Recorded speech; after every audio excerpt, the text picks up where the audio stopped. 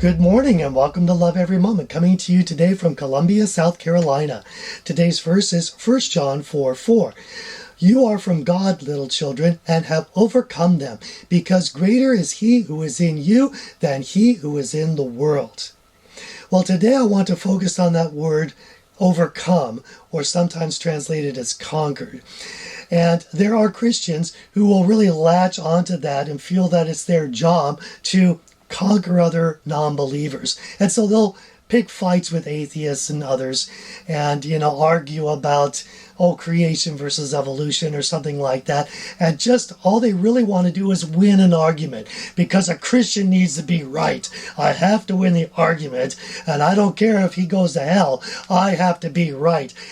I'm going to suggest that's not what's intended here by the word overcome or conquer. In fact, if you really want to conquer the world that way, try to outlove them. Win them over at the game of love. We can do it when the love of Christ is within us. Then there are other Christians who go on this crusade against the devil, and they try to conquer him, and they'll say, Satan, I cast you out, and Satan, I bind you, and Satan, you have no business here. And they spend all this time talking to Satan instead of talking to God.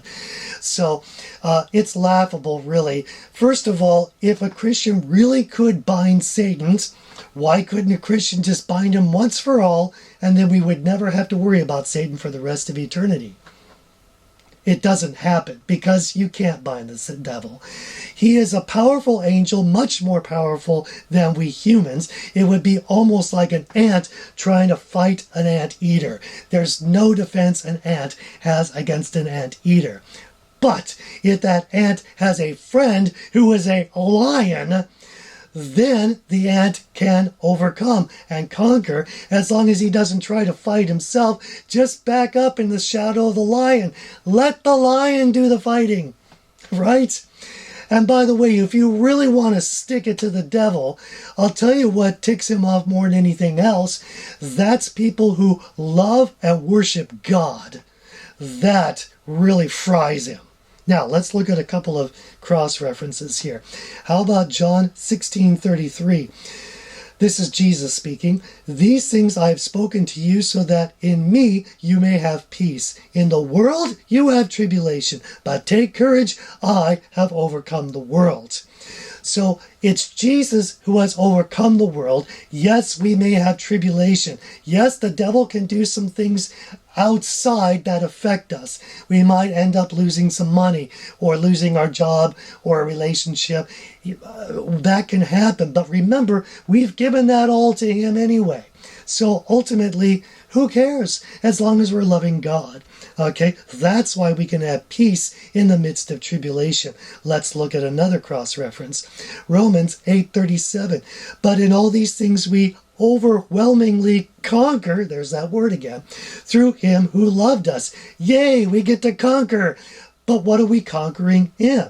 Well, let's look at the context. In verse 35, it says, who will separate us from the love of Christ?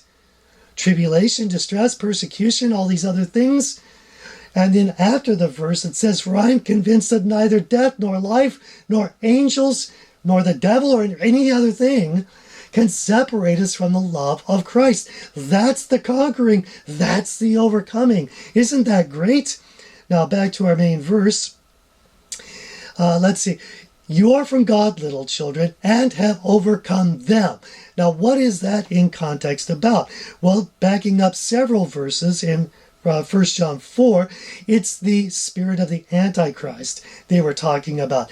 That's the teaching that takes us off the true track of love towards God. Anything that gets us off that really track of love and tickles our flesh, try this, your flesh is going to love it. That's what we can overcome and conquer. And how do we do it? Through the love of God, which is in us. All right? So it all comes back to love. And that's why if we love every moment, we're going to love every moment. I'm your average Rich, and I hope you have a great week.